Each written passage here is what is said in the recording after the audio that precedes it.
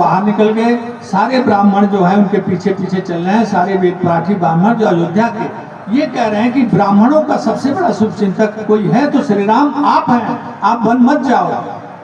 और वाल्मीकि जी लिखते हैं, बड़ी महत्वपूर्ण बात यहाँ पे उन्होंने लिखा है कि वह ब्राह्मण कह रहे हैं कि राम, अगर तुम हमारा आदेश नहीं मानते हो तो हम समझेंगे तुम धर्मनिरपेक्ष हो गए।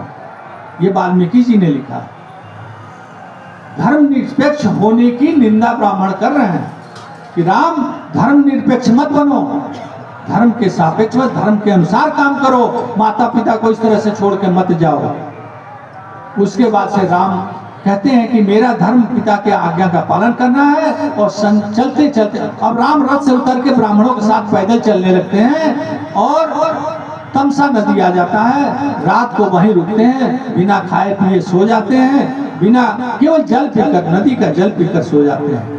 भोर में उठते हैं, अयोध्यावासी सब सो रहे हैं, उठ करके और लक्ष्मण से कहते हैं कि सुमंत जी से कहो कि रथ को उल्टा अयोध्या की तरफ थोड़ी दूर ले जाकर घुमा के लाएं, हम लोग चुपके से निकल लें, क्योंकि हमारा कर्तव्य है कि हम अयोध्या वासियों को कष्ट ना दें। वह लोग तमसा पार करते हैं, सुतकीर्ति वेद श्रुति नदी पार करते हैं, गोमती नदी पार करते हैं। उसके बाद से वह सिंगवेरपुर आते हैं। सिंगवेरपुर में इंगुदी नाम के पेड़ के नीचे, इंगुदी का पेड़ होता है, तो इंगुदी पेड़ के नीचे श्री राम कहते हैं घना पेड़ है, इसके नीचे लक्ष्मण यहाँ आश्रय लगाओ।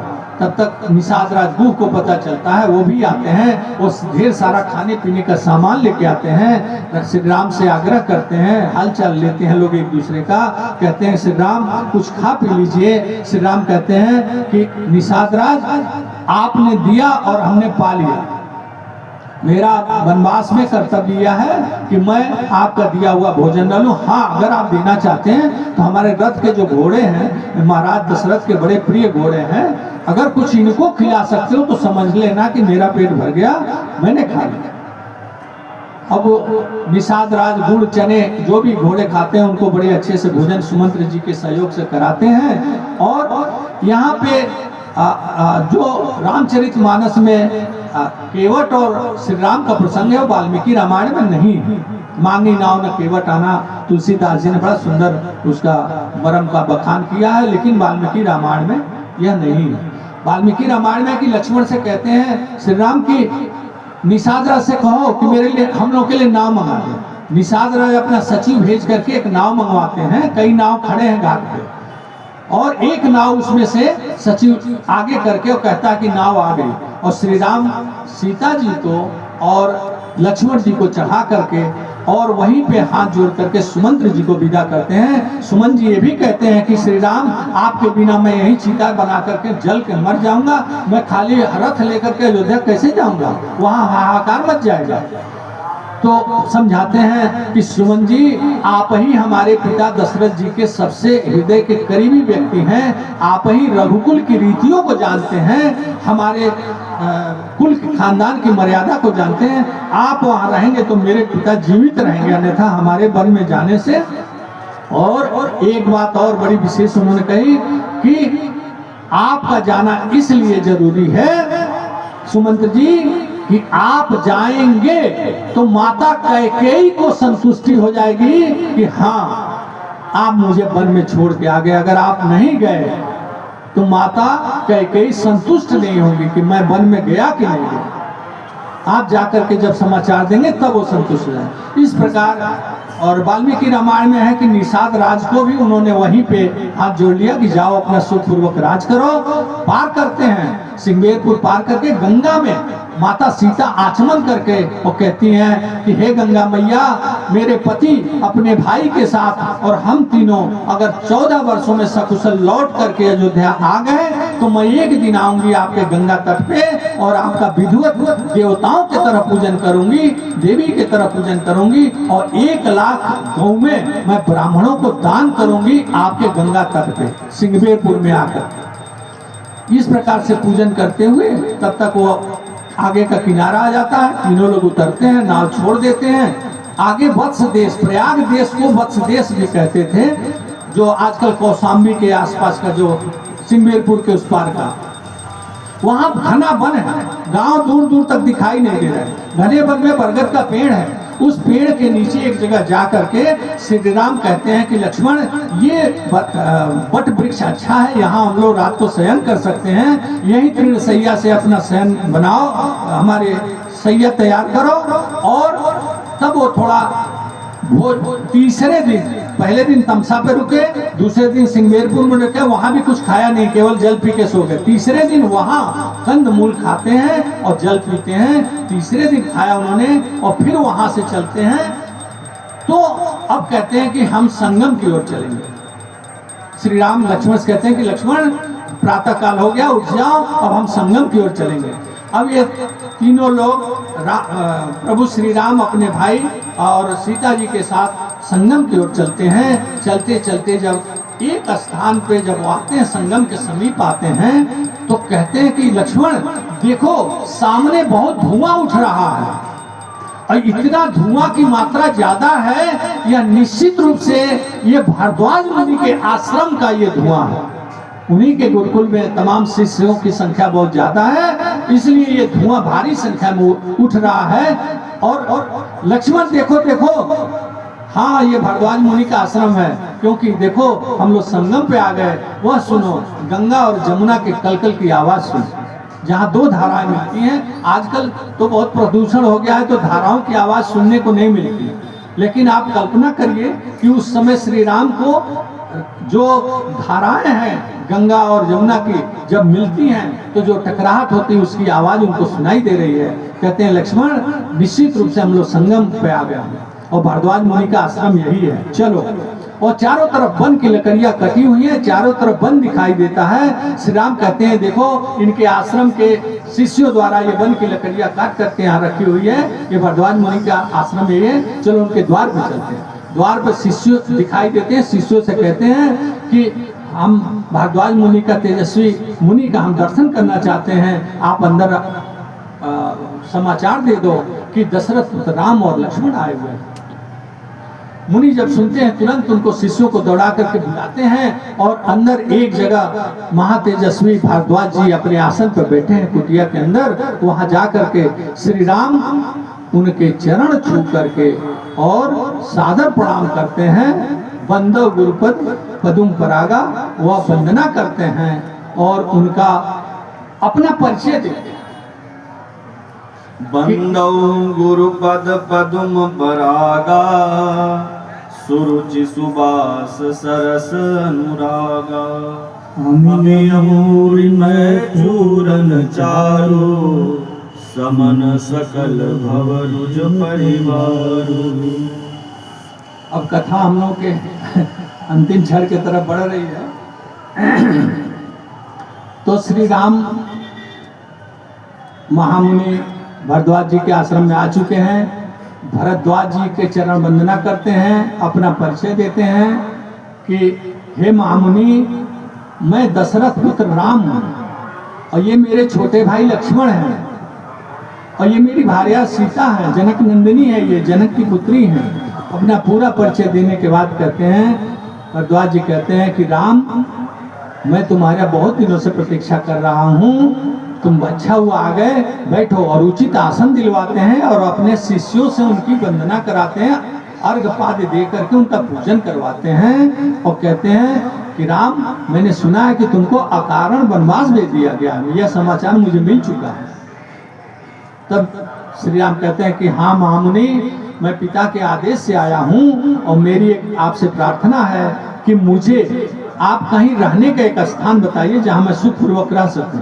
तो भरद्वाज जी कहते हैं कि राम, तुम 14 वर्षों तक मेरे आश्रम में रहो, अपनी पत्नी और अपने भाई के साथ रहो, तुम्हारे लिए हम कक्ष का यहाँ हम व्यवस्था कर देंगे, यहीं रहो। श्री राम कहते हैं नहीं महामुनि, आपके हम आश्रम में रहेंगे तो ये प्रयाग जो है कौशल राज से दूर नहीं है, अयोध्या से दूर नहीं है। अयोध्या और कौशल के लोग यहाँ आते रहेंगे, और कौशल और अयोध्या के लोग मेरे वन में आने के से बहुत दुखी हैं, तो बार बार वो इस दुख का वो प्रकटीकरण करेंगे, आकर के हमको दुख जताएंगे, इससे हमको भी कष्ट होगा। इसलिए आप ऐसा स्थान बताएं जहां हम सुखपूर्वक अपने भाई और अपने पत्नी के साथ रह सकें। तब भरद्वाज जी ने कहा कि राम, यहाँ से 10 कोस की दूरी पे, वाल्मीकि रामायण में 10 कोस का वर्णन है कि यहाँ से 10 कोस की दूरी पे गंधमादन पर्वत जैसा एक पर्वत है जिसका नाम चित्रकूट है। और वहां पे बानरों की संख्या बहुत ज्यादा है, वहां हाथियों की संख्या बहुत है, वहां सिंह और भालू भी बहुत है। लेकिन एक तुमको अच्छी बात बताता हूं कि वहां फल मूल कंद बहुत है, जहां तुमको पर्याप्त मात्रा में भोजन मिलेगा। फल मूल कंद तुमको इतनी पर्याप्त मात्रा मिलेगा कि तुम सुख पूर्वक रह सकोगे। और अच्छी बात यह है कि वहां मीठे जल के स्रोत हैं, कई स्रोत हैं, जिसमें एक पवित्र मंदाकिनी नदी भी बहती है। इसके अलावा भी कई जल स्रोत हैं और वहां तमाम ऋषि जो हैं वहां तपस्या कर रहे हैं। तुम भी जाओ वहां, अपना आश्रय बनाओ और तुम भी वहां सुखपूर्वक 14 वर्षों तक रहो। और हाँ, एक काम करो कि जब यहाँ से जाना तो संगम पे वो छोड़ने भी आते हैं, रात विश्राम करते हैं श्री राम लक्ष्मण सीता जी। प्रातः काल उठ करके श्री राम जाते हैं महामुनि के पास, भरद्वाज जी के पास, चरणों में प्रणाम करके कहते हैं महामुनि हम लोग तैयार हो गए, गुरुदेव हम लोग तैयार हो गए, अब हमको आप मार्गदर्शन करिए कि मैं किस प्रकार से चित्रकूट जाऊं। तब वह संगम पे छोड़ने आते हैं भरद्वाज जी, और संगम पर आ कहते हैं कि राम ये देखो, यहाँ गंगा पश्चिम मुखी होकर के सूर्यपुत्री यमुना से मिल रही है, और इसके थोड़ी दूर पे बड़ा सुगम घाट है यमुना को पार करने के लिए, जहां से लोग प्रायः उस घाट से आते जाते हैं, उसे वहीं पार करते हैं। तुम ऐसा करो, तुम्हारे साथ सीता है, तुम एक बेड़ा बनाओ दोनों भाई, और बेड़ा बना करके यहाँ जमुना जी पार करो, और थोड़ी दूर आगे जाओगे तो श्याम वट मिलेगा, श्याम वट का दर्शन अवश्य करना तुम लोग। तो श्याम वट के नीचे वहां पे तमाम ऋषि मुनि तपस्या कर रहे हैं, और वहां से तुमको चित्रकूट जाने का एक सुगम मार्ग मिलेगा। तो इस प्रकार से भारद्वाज मुनि संगम पे आते हैं उनको लेकर के, और रास्ता दिखाते हैं, घाट दिखाते हैं, और दोनों भाई मिलकर के जामुन की लकड़ी और बांस और बेर और वर्णन है उसमें वाल्मीकि रामायण में कि बेर, खस, जामुन ये सब इकट्ठा करते हैं, लकड़ी बांस इकट्ठा करके बेड़ा बनाते हैं, और उस बेड़ा पे सीता जी को पहले बिठाते हैं। लक्ष्मण कहते हैं कि श्री राम कहते हैं लक्ष्मण सीता को पहले बिठाओ। सीता जी संकोच करें तो राम अपने हाथों से सीता जी को बेड़े पे चढ़ाते हैं। सीता जी का आभूषण, सीता जी का वस्त्र जो दशरथ जी ने रथ पे रखवाया था, ये सीता वहां वनवास को सीता को नहीं मिला है, ये वहां वस्त्र और आभूषण रानी की तरफ पहनेगी। और रोते रोते कहा था दशरथ जी मेरा आदेश है कि सीता का वस्त्र और आभूषण इसको दिया जाए। वह वस्त्र और आभूषण उस बेड़े पे रखते हैं श्री राम। उसके बाद खंती, कुदारी और टोकरी, खांची का वर्णन है इसमें वाल्मीकि रामायण में कि खंती, कुदारी और खांची भी उस पे रखते हैं। इसके साथ साथ चमड़े के पिटारी में जितना इनका शस्त्रागार है, जितने आयुध है, धनुष, बाण, तरकस, कटार, तलवार, सारा कुछ चमड़े के एक पेटी में बंद है, उसको भी बेड़ा पे रखते हैं। दोनों भाई खेते हुए जमुना जी को पार करते हैं। सीता जी पुनः गंगा जी के तरह जमुना जी के बीच धार में जाकर के जल लेकर के आचमन करती हैं। कहती हैं हे गंगा, हे जमुना मैया, अगर हम लोग मेरे पति और मेरे पति के भाई सहित हम तीनों सकुशल 14 वर्षों के बाद अयोध्या पहुंच गए तो मैं इस संगम पर आऊंगी, और हे जमुना मैया, मैं आपको देवी देवताओं के तरह जो भी पदार्थ देवताओं को चढ़ाया जाता है वो सारा पदार्थ चढ़ा करके मैं पूजन करूंगी, और 1 लाख गौओं का दान आपके नाम पर मैं ब्राह्मणों को करूंगी। इस प्रकार से लोग पार करते हैं। आगे श्याम वट मिलता है 1 कोस की दूरी पे। श्याम वट बड़ा घना एक वट वृक्ष है, बरगद का वृक्ष है, जिसके नीचे तमाम ऋषि मुनि तपस्या कर रहे हैं। वहां जाकर के सीता जी ने सूत भी बांधा और श्री राम और लक्ष्मण ने दर्शन किया, और उसके आगे बढ़ते हैं तो आगे रात्रि हो जाती है। तो जमुना जी का समतल एक सतह देख करके, जमुना जी के किनारे एक सुगम स्थान देख करके तीनों लोग सोते हैं, रात्रि विश्राम करते हैं। पुनः ये लोग चित्रकूट पहुंच जाते हैं। प्रेम से बोलिए सियावर रामचंद्र की जय। तेरे मन में राम, रोम रोम में राम रे। राम सुमिर ले ध्यान लगा ले, छोड़ जगत के काम रे। बोलो राम, बोलो राम, बोलो राम राम राम। तेरे मन में राम, तन में राम, रोम रोम में राम रे। राम सुमिर ले ध्यान लगा ले, छोड़ जगत के काम रे। बोलो राम, बोलो राम, बोलो राम राम राम। बोलो राम, बोलो राम, बोलो राम राम राम। माया में तू उलझा दर दर धूल उड़ाए। अब क्यों करता मन भारी, जब माया साथ छुड़ाए। दिन तो बीता दौड़ धूप में, ढल जाए ना शाम रे। राम सुमिर ले ध्यान लगा ले, छोड़ जगत के काम रे। बोलो राम, बोलो राम, बोलो राम राम राम। तेरे मन में राम, तन में राम, रोम रोम में राम रे।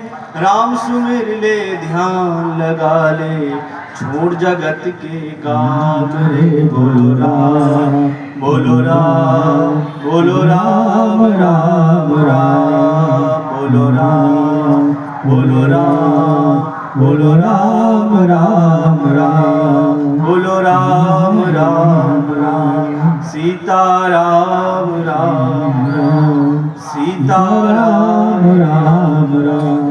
सीता राम राम राम।